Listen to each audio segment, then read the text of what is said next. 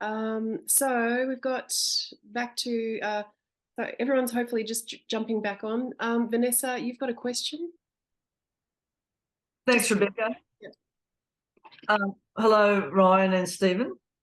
Stephen's hopefully coming back. Oh, he's there. There he is. See the hand. My question is a scientific question. I did listen to Dr. J, and please excuse my familiarity, but that's the only way I know his name. I spoke to someone yesterday, and he's a high-level fellow in an organisation called Young Living Essential Oils, which is a network marketing thing. And he said to me, when he heard me say the word nanoparticles, he became very wary, because he said he's concerned about the nanoparticles landing in people's liver. And so my understanding of nano is that something's very small. And the very small part of our product is the turmeric, made small so it can correct be in the body. So my question is the micelle organic or synthetic? And when it does cleave off, where does it go? Yeah, Ryan can add to this. The first thing I would say is when people have an issue with the word nano, they don't realize that your body is actually a nano loving organism, right? And the reason the product works so well is when you do, it's seem to understand it's all about surface area. Does that make sense? And that's why nanoparticles work so well, is because for the same amount of product, you've got more surface contact area. That's it. And in terms of the micelle structure, I think they've already proven that every single bit of it comes back out of your body, and they can prove that clinically. Yeah. Okay, thank you. Yep. Yeah, I have a just Dr. J sent me a quick audio recording, and we've got obviously the studies done on the delivery system and all of that in the science in the Telegram group, which is amazing. So yeah, just direct people to that. Yeah, and you can share that stuff, everything that we put. I'm assuming I have the World Changers Library Telegram group that has all the science there. You're more than welcome to share any of that. That's not like, hey, this is just for you guys. This is stuff you can go to the University of Owenheim. You can find a lot of that stuff. You can go to Aquafina. Aquanova. Sorry, thinking about water. It's hot in this house. Aquanova, and you can find a lot there. But just share. You can share any of that stuff. They even show that majority of it's found in feces and the rest was found in the urine. But it cleaves out. It opens up. You get curcumin. That's it. Everything else is found outside the body. Fair enough. I'm very much aware. Yeah. Stephen, I was aware of one of your lectures where you said you're not into convincing people. So I certainly hear that too. When someone gives me, I'm not interested because, I thought, well, I don't want to get into, well, this is, go into the big story. So it's a bit of a balancing act, isn't it? Sure. I will, I kind of joke sometimes. I go, someone could tell me I can't do the business because I ran out of peanut butter. And I'd be like, that is so tragic. I completely understand. Just let me know if that changes. Bye-bye. So Ryan brought up this awesome example of this woman named Danny Johnson, who's famous network marketing trainer, but also she was like living in her car, running this business out of a phone booth. It was a weight loss product. And how much did she lose in the first month? She got crazy results. And it didn't matter what question anyone asked her, her answer is always the same. And it was, man, I have no idea about that. What I do know is I lost X number of pounds in such and such month, and I feel amazing. And I think if you took the product, you'd feel amazing too. And that's it. Same answer, just over and over and over and over. Like, oh, wow, I understand about the next technology. I don't think about that. But what I do know is, man, this product helped me sleep better, have more energy, better mental clarity, and it's working for my friends too. And man, I think if you took it, you would feel great too. There we go. So that's it. I often say the more effort it takes to get someone into the business, the less return on investment. Oh, they want this study and they want that study. But I'll give you a funny example. I was sitting next to a guy. I I was flying to, where was I flying to? Chicago, go to Europe. Anyways, sitting next to this guy, smart, kind of confident dude. He's in medical sales for medical instruments of some sort, you know, smart guy, a little arrogant, whatever, but I'm not intimidated by it. And we start talking. He goes, well, where are the studies? I'm like, I don't really have any studies. He goes, well, you can keep it. And I'm like, look, why would I want to sell something that is so pitifully ineffective that I have to have a fancy double-blind placebo study to show if it works or not? I mean, come on. Yeah. Right? Why? Because those kind of double-blind studies are important for two things. One, the product you're using is toxic, and you need to have the double-blind to compare liver toxicity, or it's so ineffective that you can barely tell the difference between that and a placebo at like 30% effectiveness, right? Like, I have no interest in selling something that's toxic. Number two, if it works, it better work really, really, really consistent, because I don't like having my friends and family tell me stuff I bought from you doesn't work. Like, I do not like that experience. So it better work much, much better than that, because or else I'm not going to do it. So there you go. Thanks. So good. Has anyone else got any questions about the product, the plan that Stephen's definitely not going to answer? But Ryan might. I'll do my best. I'm kidding. Maybe I'll make something up. That sounds convincing. Can I just maybe, just while people are thinking on that, and there's probably still a couple of people wanting to jump in, we're not going to hold you up all day, guys, but that was definitely my bad on this end. My computer fried out just as you were talking, Ryan, about challenges that'll come up. I'm like, yep, this is an example of that, and it's fine. A couple of things about what you feel like. I mean, there's, you know, as I said, there's some old hacks here among us, and there's some real new people that are really this is the first time working with a product and a sort of a model of business like social selling. What do you feel is the potential for us from what you've seen over the last couple of months in New Zealand and Australia? That's a good question. You know, I think one of the unique things about this company is how many things that come together synergistically, if that makes sense, right? Because you can see companies do real well with a couple things coming together. Well, these things are for these things, but very rarely do you see so many things coming together all at once. And goodness, I mean, people spend $5 billion a year already on turmeric. That doesn't work. So there's that, right? You're dealing with selling a commodity, basically. You know, I think that's important to understand, is that network marketing, one thing it's very good at is taking something no one's ever heard of, new technology, some new breakthrough, new discovery, and educating people on it and why it's good and why they should take it. Okay, but there's some effort involved with that, right? They're like, you want me to do what? I've never heard of this. Why haven't I heard of this? What is this stuff? And you like slowly, oh, you should talk to this, and this is why. You know, it's a bit of a process. Does that make sense? So here we have the beautiful opportunity to sell something that's basically a commodity. Like, hey, Rebecca, have you heard of turmeric? Yes. You know you should be taking it. Yes. Are you already taking it? Either the answer is, well, I know I should be, or I am already. Cool. Here's this turmeric product that's 18,000% more effective than what you're taking. And it's a great price. Okay. Where do I buy it? I mean, it's like, so you're talking about a very, very short sales cycle is one of the important things. And that lends itself to a very large market, because you don't get resist. I mean, occasionally people bring up the nano thing, and I'm like, this is just goofy, and it really doesn't provide that big a pushback. But other than that, you get such little pushback on turmeric, because everyone knows you're supposed to be taking that stuff. There's no arguing. No doctor is going to argue with you that you should not be taking turmeric, right? No naturopathic doctor, no natural health care practitioner. No one is going to tell you should not be taking turmeric.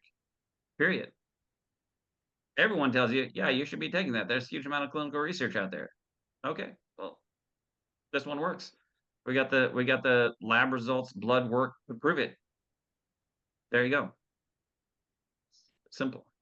So I think go ahead, Ryan. Well, I'm if we just talk numbers, just looking at take what Steven said, and I got to be a part of launching Australia for another company, and they were doing over 1 million in volume in their first year, well over 1 million in volume in their first year. And I learned this about, and this was Australia, and then New Zealand came a little bit later, but I learned if it works, the community that I dealt with was very direct. Hey, it works. I will share this, and it shares fast there. I've noticed love things that benefits you in a positive way. And I will also watch this. I watched a group of people go, if you come across something else, let us know. And then I've been a part of that, I think it's called the Tug community. Turmeric in Australia, I've been a part of that group for a while. I'm just watching a community that knows they already have a really good idea about it, right? And Steven's already said it. I think the potential is there for you guys to run a drastic amount of volume. And then Steven's looking at Canada, and I'm with Bob looking at Indonesia and a couple other countries there. So I think you can spread pretty quick. Philippines. Philippines, yep. We've talked Indonesia, Philippines. Price Japan. point of the product lends itself very well to some of these markets, big time, where a lot of price pointed network marketing products don't. Right. Is actually affordable to more people. So Great. Yeah, amazing.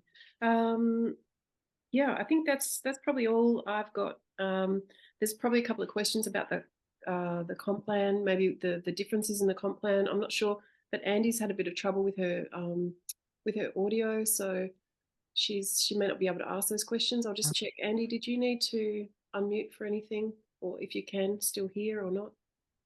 It's a bit hard to know. It's always the technical difficulties, isn't it? So I think, yeah, if she needs to, she'll let me know. Maybe we can just ask you separately, Ryan, about that. And but in terms of our group, not you know, Steve, Ryan. Ask Ryan.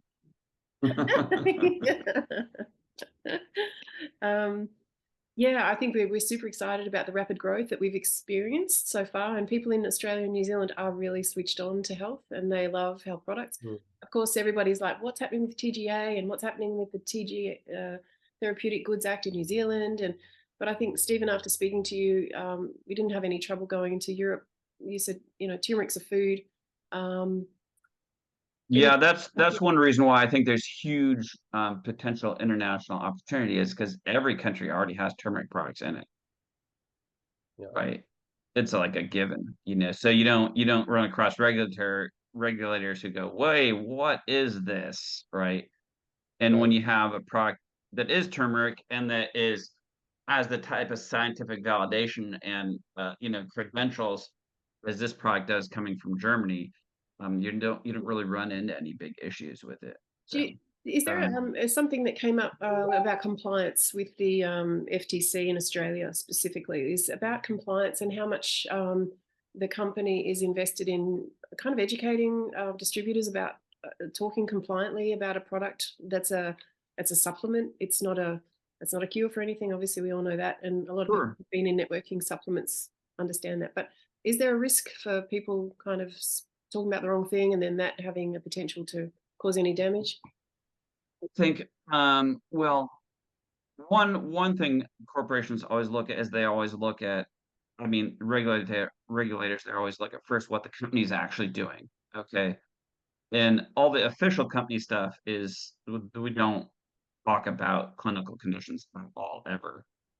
You'll see some network marketing companies that officially they're talking about all sorts of crazy stuff. Like, you know, I sell a device and like the people from Asia, they're like, oh my God, I can't believe they're like saying that, like unofficial company, like videos and different things like that. So I look at that company and I go, great product.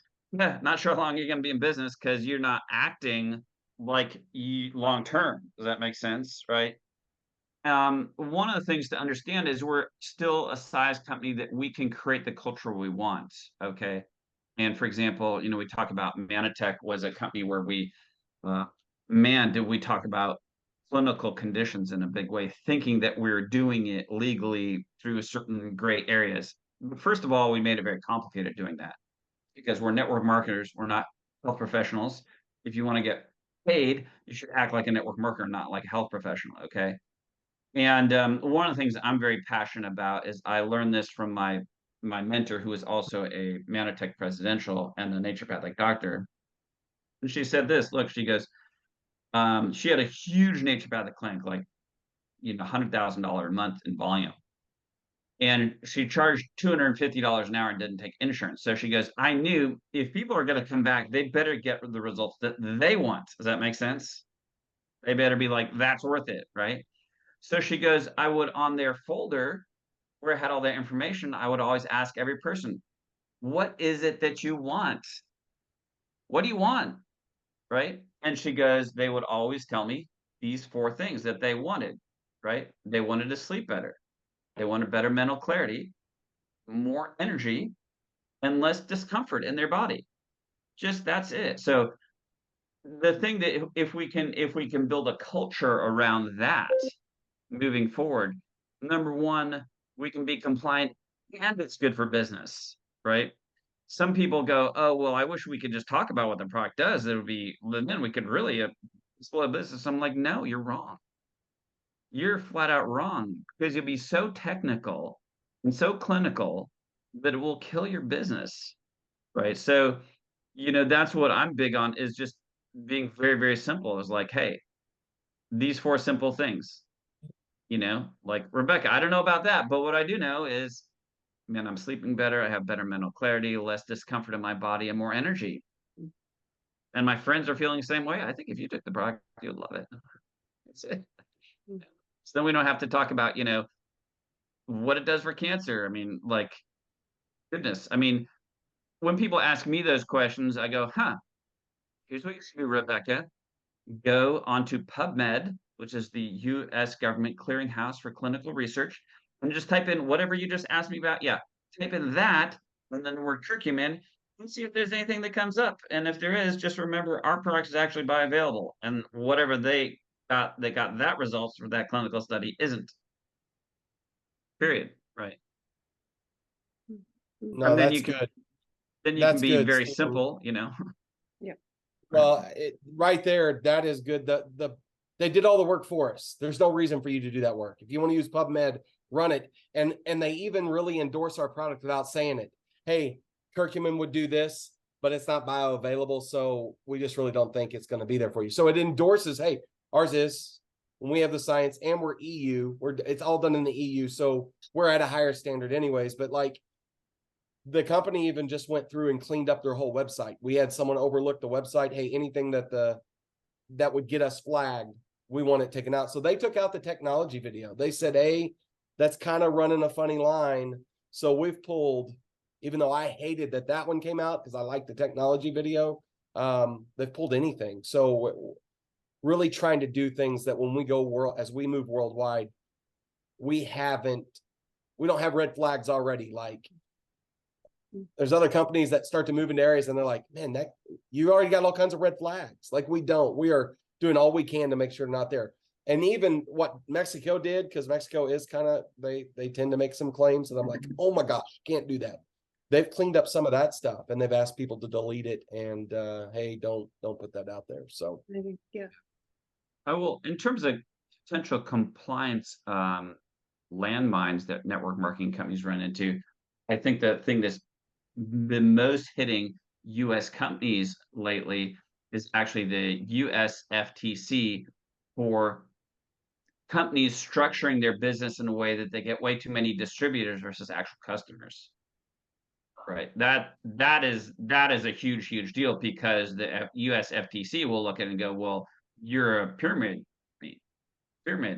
thing, because the only way anyone's making any money is people coming in as distributors, right? And so one of the great things you see about our company is the huge amount of customers we get. Like, huge. So we have no issues with that. Why? Because we have a legitimate product that the end user, the end customer, will buy and will continue to buy for the price that we charge a customer. Amazing. And that is a massive deal in terms of, number one, it speaks to the actual viability of the opportunity long term. number two, it's very good for us covering our butts legally. And at the moment we're not for resale. So in the pre-launch period, obviously we can't have customers buying on our websites and things like that because of the international shipping. But obviously the goal and the plan is to get distribution warehousing in Australia or New Zealand or both, and be able to supply local shipping and all of that kind of stuff. So Yeah. At this stage, you know, we've just got to be, I suppose, mindful about using and sharing the product. And Well, right, you know, honestly, right now, we're not big enough that we pop up on any regulators' radar, but we want to plan for it. Does that make sense? It's like, you know, typically, I think when you start doing like $100 million in business a year, then it's like you come up kind of up onto the radar a bit, right? At that point, it's like, okay, what are these people doing, right? So, yeah, you know, regulators don't have the time to run after every single small company, picking them. It's like, ain't nobody got time for that, you know? is there a requirement for a percentage? Like Andy's asking here, the FTC in Australia wants a 51% customer base. Do you know? We have way more than that. Yeah. Okay. Way more. So I don't have any concern for me. Yeah. Okay. Amazing. So, Ryan, any comment on that, on customers versus distributors? No, I think at one time we even ran it up. Even having Mexico for 5 years, pretty much they only had entrepreneurs because they sold belly to belly, nothing on the website. We passed that. It took a year to pass to get more customers than there were entrepreneurs. You guys will run through that. So whatever we start at, whatever the number is that we start at, you will blow past that in 1 to 2 months. And I think too, Ryan, I think I heard you saying that you and your or you build a big business with customer base because you've got the retail commission, the retail component of that is so good upfront. So It is. It's really vital. It is. That's how we've built all of our businesses, and this one's paid us the most. And I'll tell you this, Dr. J liked it. I mean, Jay runs through 200 customers that come to his door and buy a month, at least 200. And so he lives in a town of like, what do you say, like 1,800? And it's just the retail side of it. Can we build massive businesses?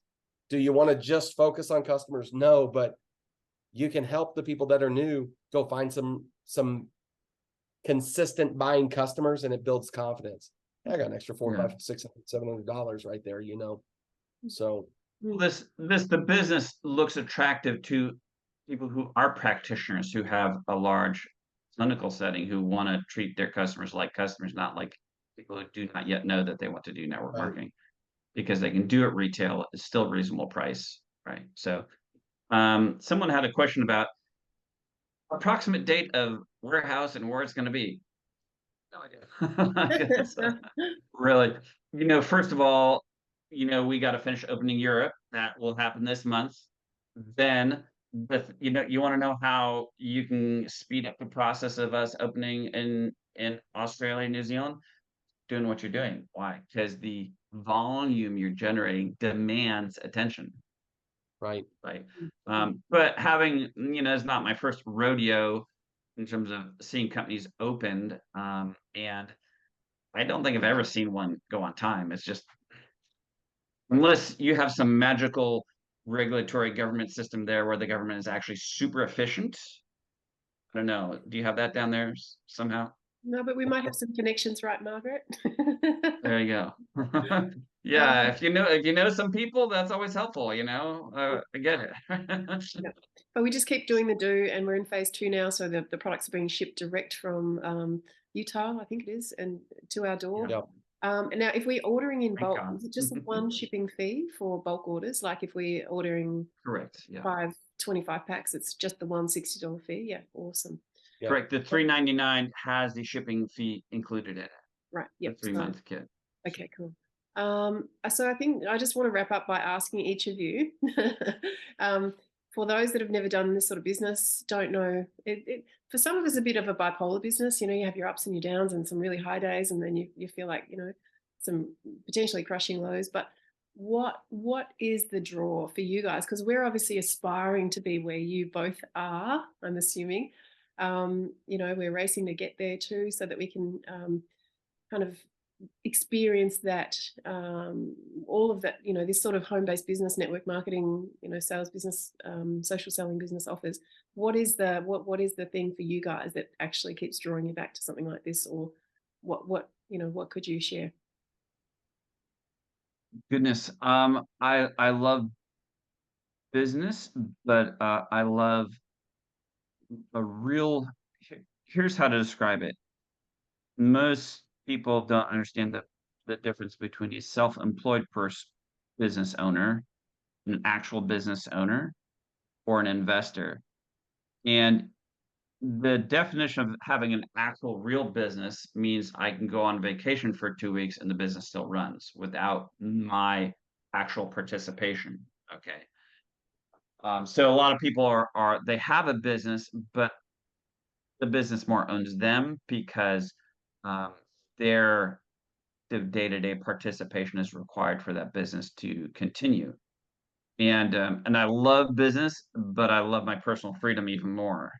And outside of me becoming some genius entrepreneur with like hundreds of thousands of dollars to invest in something, it's very difficult to start an actual B business, like hardcore business that I can walk away from and still generates income, except in network marketing, right? Where I don't have to where I don't have to do all that. I'll give you a great example. I was years ago, I'm in where was it?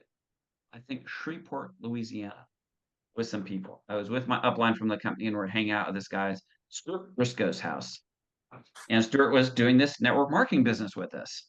And my upline tells me, he goes, you know, Stuart is worth $50 million. I'm like, well, dang, Stuart, good job. So I'm gonna ask, well, why would Stuart do network marketing? Like, why would you do that? That makes sense. So I asked Stuart, I go, Stuart, I ask you, why would you do network marketing? He looks at me like I'm an idiot. He goes, well, low initial investment, no employees, no overhead, great tax benefits, unlimited upside economic income potential. He goes, why would I not do this business? I'm like, good point. And so I love helping people. I love having fun. I don't like having to do a lot of the business stuff I would otherwise have to do with a normal business. Like, I don't want to have to come up with hire the employees, figured out all the paperwork and blah blah blah blah blah blah. I was like, I like one business, but I don't want a lot of stuff that has to go with the business. And that's what effective network marketing business does for you. So, Ryan, would you add Yeah. anything to that? Yeah, I would say the stories, just the people that pull into our driveway or the people that reach out and just say, hey, thank you. And I'm like, what I do?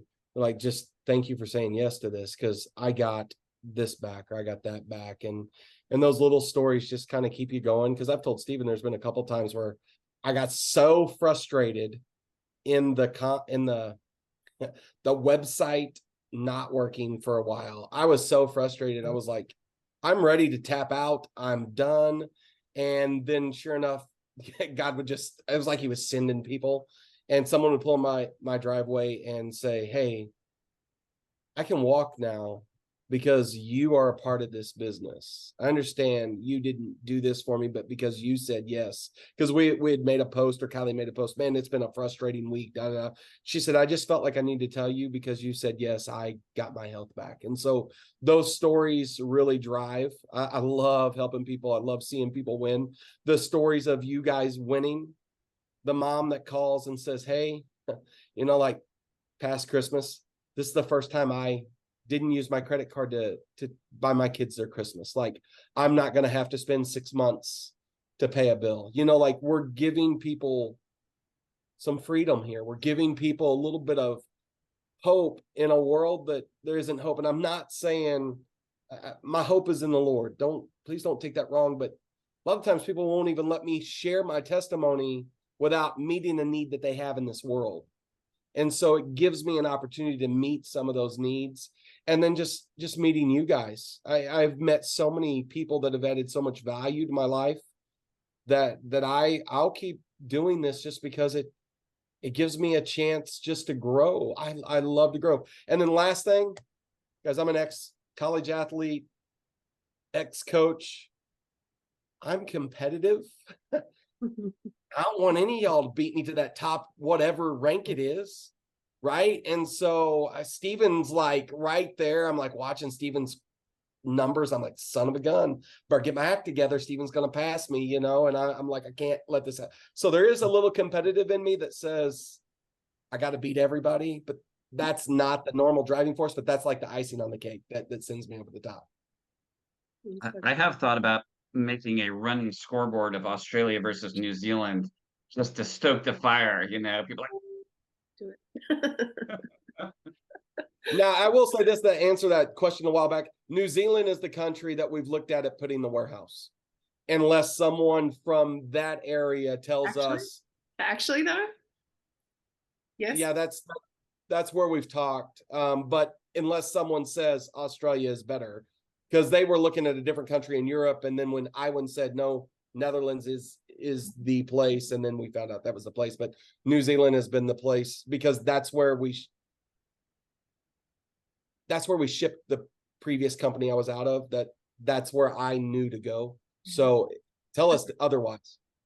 Yeah, we're happy with that. I mean, I've got a foot in both camps. I'm an Aussie living in New Zealand for 4 years, so I'm not a local there, but you know, I can double dip, so I don't mind. But it is competitive. We've got a lot of Kiwis wanting the distribution. They want their products in 2 days, you know, not 10 days or 4 days or whatever. So understand. maybe Or like poor Margaret, you know, talk about snafus. Someone's like, what's up with her tracking number? And I look at her tracking number, I'm like, I know the box is not at my house, and I know I took the UPS. Oh, that's but Lucy, yeah. they never acted like it got checked in. I'm like, who knows? So they're resending you a new box. But honestly, just such small teething problems to have in the beginning for such an amazing product. And we just So got here's a hint. When you put the address in the spreadsheet, put the actual country, okay.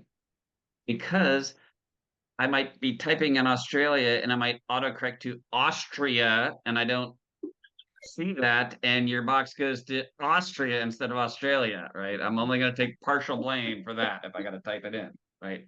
The 100th box of the day. So just saying. I'm tapping out of that spreadsheet. It's not my domain at all. Give me creative visionary anytime. This is kind of surges stuff, but yeah. Anyway, we're getting there, I think. And thank you so much for all of that effort that you're putting in for us, Stephen. and well, I knew I had a vision for the end result. Yeah. Like, yeah. I'm like, all right, it's for a season. I'm willing to do it. I did it for Europe. We launched Europe.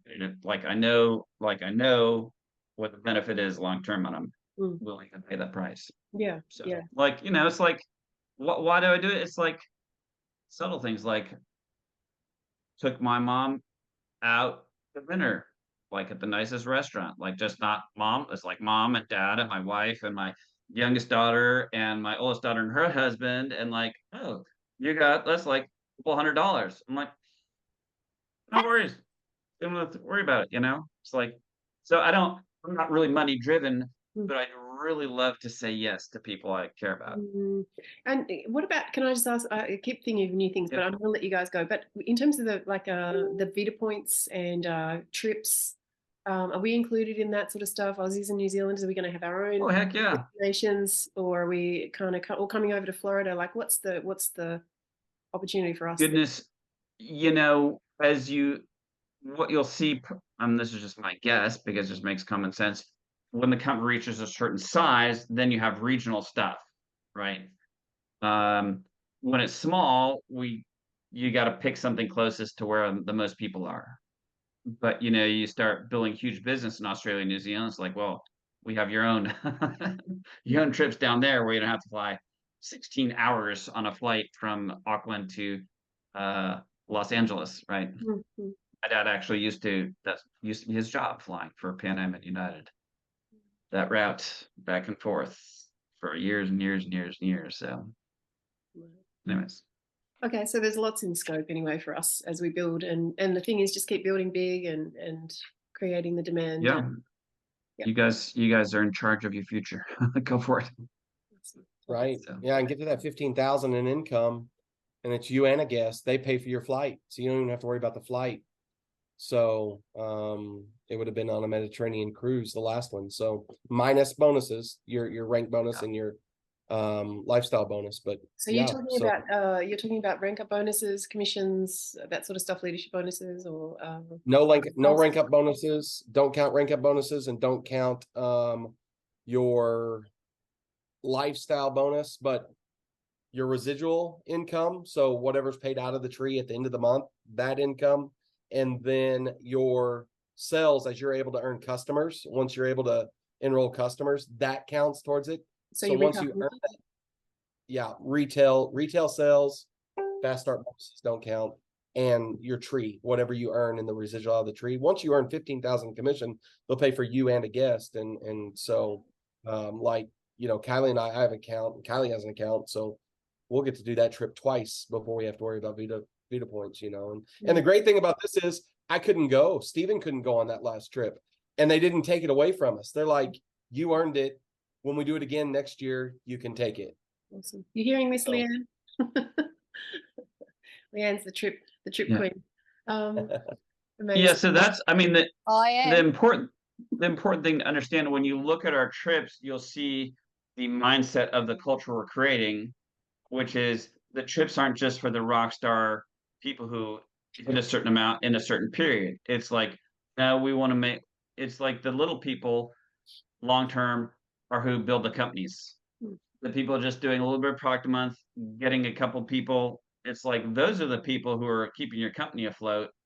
And so we're structured to really honor you know, loyalty. So and that's what we're looking at. The last question, I promise this is the last one, but I've been banging on about the Rapid Pro is the absolute key to building a fast growing organization like Beck White's been able to do, like, you know, we're doing in Australia and New Zealand, because you didn't always have that, right? So this has just come in this year. So correct, this is very new. Yeah. How big do you think that has that made a big difference with duplication and everybody kind of? I think it has. You guys have seen the vision with that, and you've really explored that, right? And so now the rest of the companies realizing, oh, this is the key, which has always been. It's like you want to build a large network marketing business. It's like you take that first rank, and you try and help the person hit it as fast as possible before they quit. Right? You know, yeah. And just do it over and over and over. You know, oh, you hit pro, cool. Well, you know how you hit pro, help some other people hit pro. Yeah. And just do that. Rinse and repeat, rinse and repeat, rinse and repeat. Right? It's like this short goal in front of somebody. Like, you could do it. So And they're like, oh, I think I could do it. Yeah, but hurry, hustle. You know, awesome. to let out. You gotta have to have some urgency, because excitement and urgency, bottom line, is always the thing that I found you cannot ever do without if you want to build a large business. You can't. Yeah. I mean, you can have everything in place. There's no one super pumped. Like, who cares? This is not gonna happen. Which is why I suppose when I reached out at 2 a.m. for you guys and said, could you do a call? You're like, yep, 100%. So there was some urgency there. It wasn't in my mind, 10 minutes before that, but then it was like, you know what, this is what we need. So I think sure, we're happy. And I don't want to be just a business owner. I want to be an investor in network marketing. An investor invests in business owners. So that's why we always have time for you, because we're like, oh yeah, I'm always investing in you. No problem. Thanks so much, everyone. Thanks for coming. Thanks for coming. Thanks for I look forward to coming down to New Zealand for my fourth time in my life. Either if you want to come, you've got places to stay in both countries. So pretty much in every state as well. Perfect. Yeah, I had fun doing that in Europe. It was a great time staying with some people. And so you really get to know people and just work the business, talk to people all day long. So and we sort of have this vision of maybe doing a bit of an old school launch, you know, especially around New Zealand, but doing a bit of a tour, you know, hiring out some rooms, having a bunch of product, having some old school slideshow presentations, you know, like we used to do. There's a lot of people super keen that kind of. I love doing presentations. I don't do them very much, but I'm very, very comfortable doing trainings, presentations, all that. We will get you working really hard so that we can get rich. Don't worry. Perfect. Awesome, Ryan, and hope to see you when we're over in the US as well. Unless you want to come to New Zealand and Australia as well. So. Well, I've been to Sydney. I played rugby in Sydney for a while. I was down there a little over a month. But I would love to come back. That was in 2000, so it's been a long time. So I think I heard some whispers there might be some leaders coming over in June, July, August. So is that maybe Someone was making noises about that. Yeah, it was you? I was making noises that Shane was making some noises. Oh, good. I hope So, I didn't misunderstand him on that. So yeah, exciting things to come, guys. So just please just hold the Yeah. vision, keep going, keep Yep. building, just do exactly what we're doing. Diamond for me this month, fingers crossed, let's see. We can just break some more records and keep going. So yeah, thank you guys so much. sounds beautiful. I appreciate it. Amazing. Great to meet all of you people. Look forward to doing it in person. Yeah. And Awesome. hanging out on a beach somewhere on vacation sometime too. So Oh, beautiful. Thanks, guys. Thanks very much. have a great night. Bye. See you soon. Yes. Bye.